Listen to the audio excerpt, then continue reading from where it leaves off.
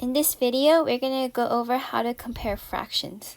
When you compare fractions with the same denominator, what you notice is that because the parts are equal, we just need to compare the numerator. And I'll show you the example below. So below, notice our first fraction is 3 over 8. And the other fraction is 2 over 8. Our denominator is 8, so our rectangle is split into equal parts. So what you notice is because we split it into equal parts, all we have to compare is how much we're going to shade, which is the numerator. So for 3 over 8, we're going to color in 3 parts. For 2 over 8, the numerator is 2, so we're going to color in 2 parts. Since 3 parts is bigger than 2, and we also know just by taking a picture of our colored part, we can see that 3 over 8 has one more part compared to 2 over 8. Therefore, 3/8 is bigger than 2/8.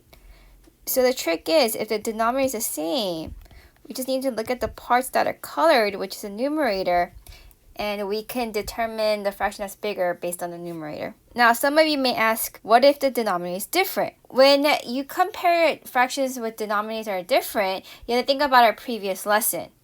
In our previous lesson, we talked about how to find a common denominator. So what you have to do is you need to find the common denominator to make the parts equal. So step 1, what you want to do is list all the multiples for the denominator, and you want to circle the common multiple. Then you're going to create an equivalent fraction with the same denominator. So in the example for 3 over 4 and 1/3, because the denominator is different, we have to find the common denominator. So step 1, find the denominators. So 4 and 3. Because they're different, we need to list the multiples for 4 and 3 to find the common multiple. So 4 is 4, 8, 12, 16. For 3, it's 3, 9, 12, 15. Notice that we found the common denominator, which is 12. So what we're going to do now is go to step 2 and find equivalent fractions. That means we want to change the denominator to 12 because 4 and 3 could go into 12.